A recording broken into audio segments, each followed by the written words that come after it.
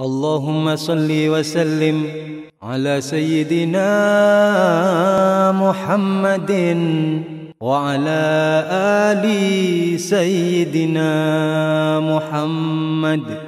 Bismillahirrahmanirrahim. Qala musannifu wa syarihu rahimallahu ta'ala wa nafa'ana bi ulumihim fid dharaini amin. Rabbi shrah li sadri wa yassir li amri wahlul 'uqdatam min lisani yafqahu qawli. Bismillahirrahmanirrahim. Kitabus sholati. Sekarang kita berpindah ke masalah sholat. Karena puasa saya kira sudah kita ambil pokok-pokoknya, maka kita kembali lagi ke bab sholat.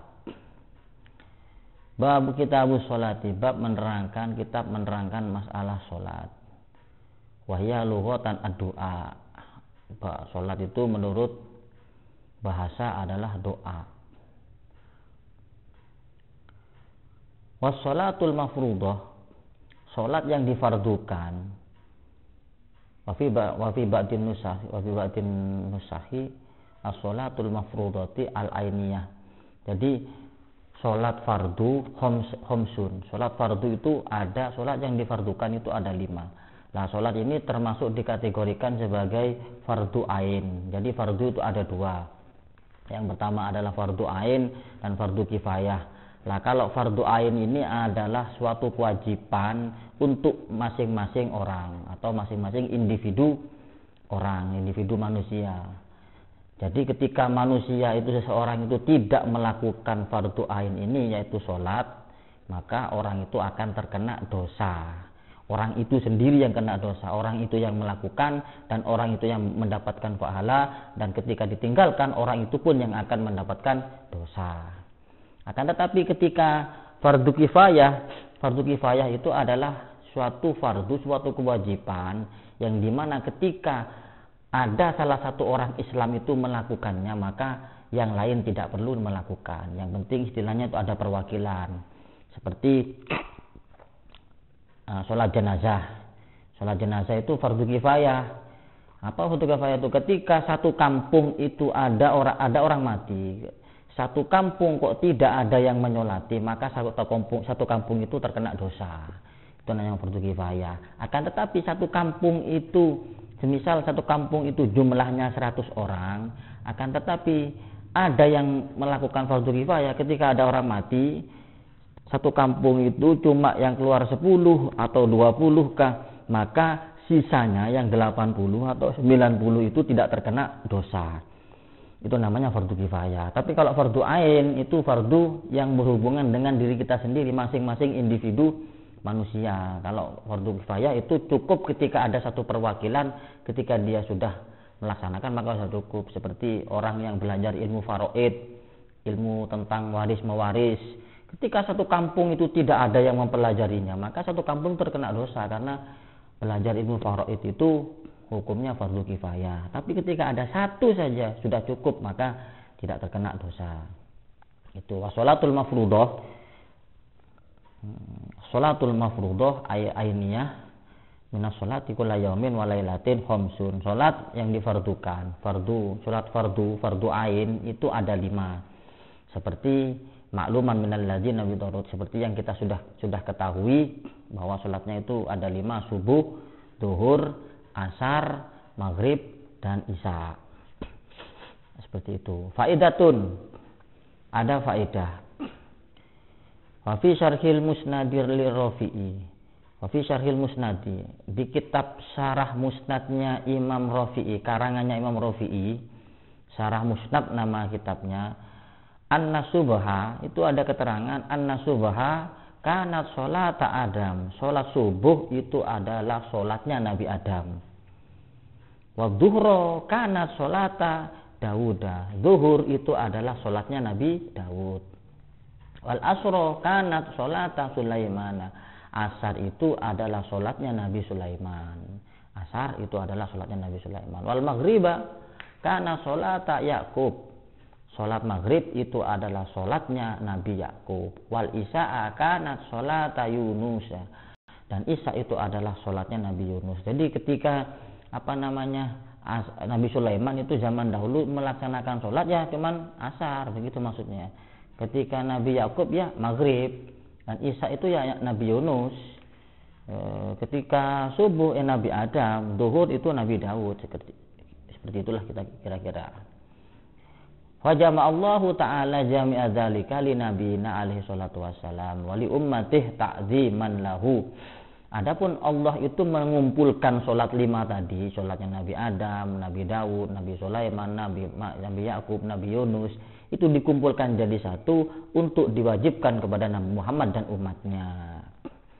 Nah, jangan diartikan sholat ini adalah sesuatu yang mengekang kita, yang mengikat kita, akan tetapi ini adalah takdiman lahu, dan kita itu diberi kesempatan untuk mencari pahala yang sebanyak-banyaknya. Jangan dianggap ini mengekang atau ini mengikat kita. Wah, enak zamannya Nabi Sulaiman, enak Nabi Anwar. Ya, ketika enak zamannya Nabi Sulaiman, itu kemungkinan peluang untuk masuk surga itu kecil karena mencari pahala itu sulit. Nah, kalau diambil hikmahnya seperti itu, karena umat yang paling banyak masuk surga itu adalah umatnya Nabi Muhammad, maka kita berlomba-lomba di sana untuk mencari pahala. Nah, seperti itu. Dan adapun sholat pertama kali dilakukan itu adalah sholat zuhur. Jadi ketika Rasulullah itu setelah Isra Mi'raj mendapatkan perintah oleh Allah Subhanahu wa taala untuk melakukan perintah sholat, untuk melaksanakan sholat. Rasulullah setelah Isra Mi'raj turun dari langit ke bumi itu sekitar munculnya fajar atau sekitar subuh. Nah, itu ketika sudah subuh nyampe ke bumi, itu Rasulullah itu sudah menerima wahyu sholat, menerima perintah untuk sholat. Akan tetapi Rasulullah tidak melaksanakan sholat subuh. Kenapa? Karena kalau di dalam kitab I'anatul Talibin itu dikatakan adamu bikaifiyatiha, karena Rasulullah itu tidak tahu caranya untuk melaksanakan sholat itu. Ya ibaratnya gini, kalau kita terangkan kepada orang awam dan saya lebih mudah begini. Ketika seorang punya mobil dan mobil itu orang itu punya mobil baru dan orang itu tidak bisa nyopir, maka mobilnya tidak bisa dijalankan kecuali ada supir. Nah, ketika orang yang punya mobil ini belajar, maka dia bisa jalan mobilnya. Nah, sama seperti itu. Ini adalah perintah baru dari Allah untuk melaksanakan sholat. Akan tetapi Rasulullah tidak tahu bagaimana caranya sholatnya. Tapi sudah ditentukan subuh, duhur, asar, isya, maghrib, isya. Akan tetapi tidak tahu. Ada bikaifiyatiha. Nah, seperti itu. Li'annaha awwalu sholatin sholaha Jibrilu alaihissalam bin Nabi sallallahu alaihi wasallam. Ketika zuhur itu Nabi pertama kali melaksanakan sholat zuhur itu bersama malaikat Jibril. Istilah itu dipelajari. Setelah bisa ya sudah berjalan terus sampai sekarang ini. Nah, itu kira-kira pembukaan tentang tentang bab masalah sholat. Lalu di sini kita ringkas. Kalau ini kita dijelaskan semua sampai begini, ya sampai subuh tidak selesai. Saya ambil pokok-pokoknya yang sekiranya itu penting untuk kita buat pegangan untuk orang-orang awam. Ini ngaji bukan untuk orang-orang yang sudah pintar, orang-orang yang sudah mahir membaca kitab atau lulusan pesantren mana itu, bukan. Saya tidak bermaksud untuk mengajari para santri itu, akan tetapi ini untuk orang-orang awam yang bisa dibuat pegangan. Faslun fi man yatajibu alaihi sholat. Fasal menerangkan untuk seseorang yang diwajibkan sholat. Seseorang yang diwajibkan sholat. Wasyaraitu wujubi sholati. Syarat wajibnya sholat. Syarat wajibnya sholat. Salah satu asya. Itu ada 3. Jadi syarat wajibnya sholat itu dengan syarat wajibnya puasa itu sama-sama 3. Yang pertama adalah al-islamu. Yang pertama adalah Islam. Sama, ketika orang puasa itu ya harus Islam. Kalau tidak Islam ya tidak bisa. Wala tajibu ala kafirin asliyin. Maka tidak diwajibkan bagi orang kafir asli untuk melaksanakan sholat. Orang kafir asli tidak wajib untuk melaksanakan sholat. Berarti kalau ketika orang itu bukan kafir asli, istilahnya murtad. Dia masuk Islam setelah umur 30 tahun, dia murtad, masuk Kristen. Umur 31 35 dia bertobat masuk Islam lagi. Nah, maka dia diwajibkan untuk sholat. Ketika dalam dia keadaan Kristen itu pun dia sebenarnya diwajibkan untuk sholat. Loh, apa buktinya? Buktinya ketika dia masuk Islam lagi, maka dia wajib untuk mengqadha sholatnya. Umur 30 dia Islam, umur 31 dia Kristen, sampai 35. Maka ketika sampai 5 tahun itu, 5 tahun dia itu dalam keadaan Kristen, itu sebenarnya diwajibkan. Akan tetapi dia itu sudah menyatakan bahwa Tuhannya bukan Allah, maka dia tidak boleh sholat. Akan tetapi wajib. Kewajiban itu masih ada sebenarnya. Akan tetapi tidak boleh sholat. Kenapa? Karena tidak mengakui Allah sebagai Tuhannya. Seperti itu. Lah buktinya kalau dia wajib itu bagaimana? Ketika umur 35, 36 dia masuk Islam lagi, maka dalam jangka 31 sampai 35 itu dia wajib untuk mengqadha sholat. Lah caranya bagaimana? Ya sudah diganti seperti biasa. Entah tahun pertama itu subuh tok, entah yang tahun kedua itu zuhur tok, sampai ketiga sampai kelima itu sampai selesai. Lah itu bagaimana caranya? Seperti sholat biasa, tapi sholatnya niat untuk mengqadha. Ini hitung 5 kali 5 tahun, sudah hitung sendiri berapa itu. Nah, seperti itu. Jadi yang pertama syaratnya itu adalah Islam. Yang kedua adalah wasani al-bulugh. Al-bulugh yang kedua adalah balik. Wala tajibu ala shaghirin li adami taklifihi li raf'il qalami anhu kama sahahu fil hadis. Tidak diwajibkan bagi anak kecil karena li adami taklifihi, karena tidak cukupnya umurnya, karena tidak cukup pengertiannya, maka dia tidak wajib untuk sholat. Akan tetapi kita wajib untuk mengajari dia sholat. Mengajari itu wajib, tapi dia tidak wajib untuk melaksanakan sholat kalau dia belum cukup umur, belum baligh. Ukurannya baligh itu apa ya? Sudah keluar mani atau sudah mukallaf. Meskipun tidak keluar mani tapi dia mukallaf. Mukallaf itu apa? Mengerti, sudah paham, sekitar SMP lah itu kira-kira. Kalau sekarang kan anak-anak sekarang kan pinter-pinter. Jadi 6 SD, 5 SD itu sudah pinter-pinter sekarang. Maka dia sudah mukallaf, maka dia wajib untuk sholat meskipun dia kecil. Nah, ukurannya seperti itu, bukan hanya untuk baligh karena dia sudah pernah mengeluarkan mani dalam keadaan mimpi atau bukan. Tapi di sini kalau zaman sekarang itu mukallaf itu lebih ditekankan kepada dia sudah pandai, sudah pinter, sudah bisa melaksanakan ini. Karena kan zaman sekarang kan anak 3 tahun saja sudah hafal Quran, banyak kan itu seperti itu. Maka kalau sudah mukallaf, sudah cukup umur, sudah bisa mengerti, paham akan rukun-rukunnya, paham akan cara menghindari najis atau membedakan najis, ini membedakan ini sholat begini, tata cara sudah atau maka diwajib. Wasalisu yang nomor 3 itu adalah al-aqlu, mempunyai akal. Fala tajibu ala majnunin, tidak diwajibkan untuk orang yang gila. Orang yang gila itu untuk melaksanakan sholat. Jadi kesimpulannya hukum syarat daripada sholat itu sama dengan puasa. Syarat itu saya ulangi lagi, syarat itu adalah suatu pekerjaan yang dilakukan di luar ibadah. Berarti sebelum kita masuk kepada fardu, sebelum kita sholat, ya kita harus penuhi syaratnya dulu, apa? Islam, baligh, dan cukup punya akal. Ketika dia Islam tapi tidak baligh, akalnya sudah cukup, ya tidak boleh. Tidak wajib, bukan tidak boleh, tidak wajib. Tapi sholat tidak apa-apa. Dia Islam, baligh, akan tetapi akalnya kurang, agak-agak sinting, maka dia tidak wajib untuk sholat. Akalnya sudah waras dan baligh, dia mukallaf, akan tapi dia tidak Islam, maka tidak wajib. Jadi syarat 3 ini harus berbarengan. Ketika 3 syarat ini tidak berbarengan, maka tidak diwajibkan untuk sholat. Jadi kalau sampai itu sudah merasa Islam, sudah merasa baligh, mukallaf, dan sampai sudah merasa punya akal, ya maka wajib sholatnya. Seperti itu.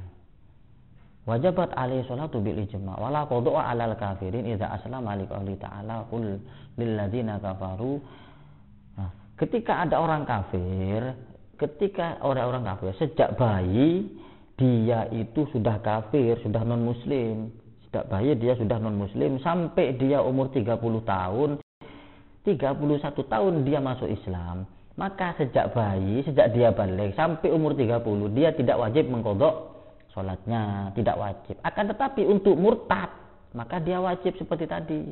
Tapi untuk orang-orang yang asli memang kafir, orang-orang asli yang memang orang yang non muslim, maka dia tidak wajib untuk mengqadha sholatnya. Nah, ketika dia mengqadha sholatnya, ya tidak apa-apa. Tapi buat apa? Wong tidak diwajibkan kok. Meskipun orang itu senang sholat, tapi ya tidak usah wis. Buat apa? Wong ada kemurahan kok, ada rukhsah dari Allah kok tidak digunakan. Kan seperti itu. Jadi syaratnya itu harus dipenuhi 3 seperti bagaimana syaratnya kita berpuasa. Ini saya kira cukup di sini karena saya akan menjawab pertanyaan saja. Kalau diteruskan waktunya ini nanggung, waktunya nanggung. Sedangkan pertanyaan ini agak banyak. Jadi langsung ke pertanyaan saja ya. Jadi itulah sekelumit tentang sholat. Kita sebelum masuk kepada fardu-fardunya sholat, kita harus tahu bahwa syarat-syaratnya sholat itu apa. Nah, di sini ada pertanyaan. Mau tanya Gus, apakah boleh orang hamil atau menyusui untuk tidak berpuasa? Terima kasih atas jawabannya, mohon pencerahannya. Apakah boleh, kita kembali ke bab puasa, apakah boleh orang yang menyusui, kalau dalam fikih itu namanya murdi, orang yang menyusui atau orang yang hamil itu untuk tidak berpuasa? Boleh. Orang yang hamil atau orang yang menyusui itu boleh untuk tidak tidak puasa. Maka dia tidak apa-apa ketika tidak melaksanakan puasa. Di sini ada keterangan. Wal hamilu, ini pas. Wal hamilu walau min zina wal murdi walau mustajiratan. Idza khafata ala anfusihima aw ma'a waladi aftarata wajaba alaihim al-qadha. Begini, ada seorang yang hamil, yang mengandung, ada seorang perempuan mengandung, walau min zina, meskipun dia mengandung dari hasil perbuatan zina. Jadi biar enak, lebih jelas, orang hamil meskipun dalam keadaan melakukannya itu karena zina, apalagi yang ada istrinya, ada suaminya, ya tambah enak, tambah tidak apa-apa. Maka ketika ini diterangkan ada orang hamil, maka boleh ketika ada pertanyaan, ketika ada zina bagaimana? Zina termasuk sama saja orang hamil. Orang perempuan yang hamil ada suaminya, atau orang hamil karena diperkosa atau karena berbuat zina, itu sama hukumnya. Seperti ini. Wal murdi, orang yang menyusui. Orang yang menyusui ini entah menyusui anaknya sendiri atau menyusui karena dia disewa. Jadi misal ada seorang ibu, dia tidak bisa menyusui karena air susunya tidak keluar, maka dia menyewa ke susu perempuan lain. Nah, itu namanya murdi yang mustajaroh, yang disewa. Itu bagaimana hukumnya ketika tidak puasa? Idza khofata, ketika kedua-duanya takut, orang yang hamil dan orang yang murdi yang melahirkan tadi takut ala anfusihima, takut karena dirinya, takut karena ada bahaya, dororon bisaumi kadororil hamil wal marid min husulil dorori bisaumi. Ketika dia puasa, dia takut akan bahaya pada dirinya, entah itu kesehatannya, entah itu kalau dia tidak puasa dia akan celaka, atau dia dalam keadaan ini harus tidak puasa kata dokter. Dia mengkhawatirkan akan terjadi sesuatu pada dirinya. Kalau dia tidak puasa, dia tidak kuat. Kalau tidak kuat, maka akan ada bahaya di situ. Doror itu bahaya itu banyak macamnya. Entah nanti bisa menyebabkan dia sakit, menyebabkan dia lemas, atau sampai menyebabkan dia mati. Ini yang dikhawatirkan kepada orang yang hamil dan orang yang menyusui. Kita garis bawahi ya, orang yang hamil dan orang yang menyusui. Walau ma'awaladi, meskipun dia takut ini, kalau saya puasa, saya ini nanti bahaya, nanti saya bisa lemas, bisa mati, bisa sakit, bisa ini, dan juga bisa membahayakan kepada janin yang ada di kandungan anak saya. Nah, berarti yang dikhawatirkan dua, dia takut karena dirinya sendiri, orang yang menuju yang hamil, dan takut karena bahaya kepada anaknya. Aftorota, maka dia boleh untuk tidak wajib. Wajib alaiha, maka bahkan itu wajib untuk tidak puasa. Kalau dia itu memang membahayakan dirinya sendiri. Wajib alaihima al-aftoru, maka dia wajib untuk tidak berpuasa. Wa wajaba alaihi ma'al qadha, maka dia wajib untuk mengqadha puasanya di hari kemudian setelah Ramadan. Paham ya? Ada lagi keterangannya, bila fidyatin, dengan tanpa membayar fidyah. Fidyah itu apa? Fidyah itu sama dengan kafarat kemarin, tanpa adanya denda. Tanpa adanya denda. Nah, lalu di sini ada lagi wa in khofata minhu ala auladihima, akan tetapi yang tadi dia tidak puasa karena takut membahayakan dirinya sendiri atau takut membahayakan dirinya sendiri dan anaknya. Ya, ini harus dipahami.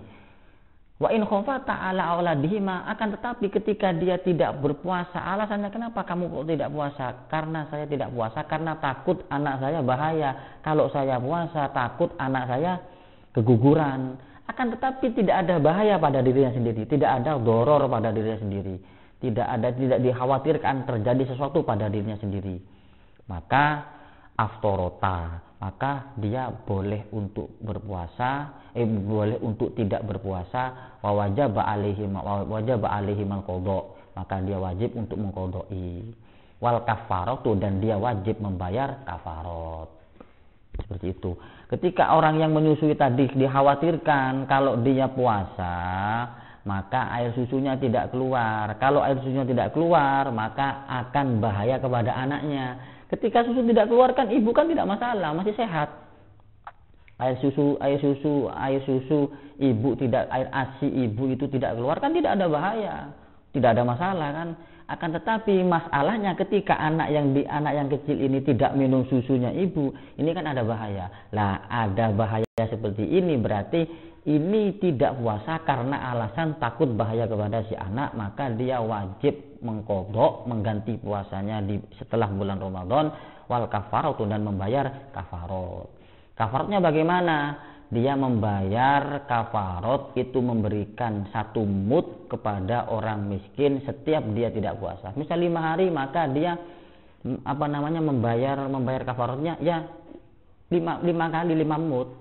1 hari dikasihkan, besok dikasihkan lagi, besok dikasihkan lagi, besok dikasihkan lagi, besok dikasihkan lagi, bersamaan dengan dia membayar puasanya. Seperti itu. Atau takjil juga tidak apa-apa, ada yang mengatakan takjil tidak apa-apa. Ketika sekarang tidak puasa, membayar kafaratnya sekarang, akan tapi mengqadha puasanya setelah bulan Ramadan itu tidak apa-apa. Yang penting dia membayar 1 hari 1 mud untuk orang miskin, yang lebih afdol lagi untuk orang fakir. Dalam fikih ada 2 orang miskin, ada orang fakir. Kalau orang miskin itu adalah orang yang tidak mampu. Akan tetapi kalau orang fakir adalah orang yang tidak mampu dan dia tidak punya pekerjaan dan dia hidup terlunta-lunta, merana dan tidak punya siapa-siapa. Itu orang fakir. Jadi yang lebih utama itu diberikan kepada orang yang fakir. Adapun ketika tidak ada, ya diberikan kepada orang miskin. Nah, seperti itu. Alasannya cuma hanya seperti itu saja.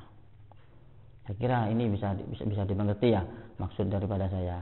Nah, sekarang begini. Jadi, inilah perlunya kita ngaji fikih ya seperti ini.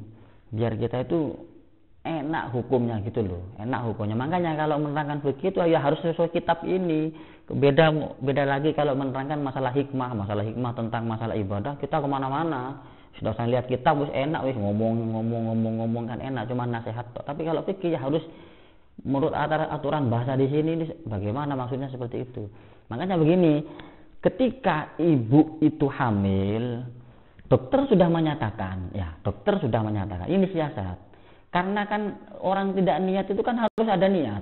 Puasa ya ada niat, ketika dia tidak puasa ya juga niat kan. Kenapa kamu kok tidak puasa? Ya karena membahayakan pada anak saya. Ketika seperti itu dia bayar wajib qadha dan bayar fidyah, bayar kafarat.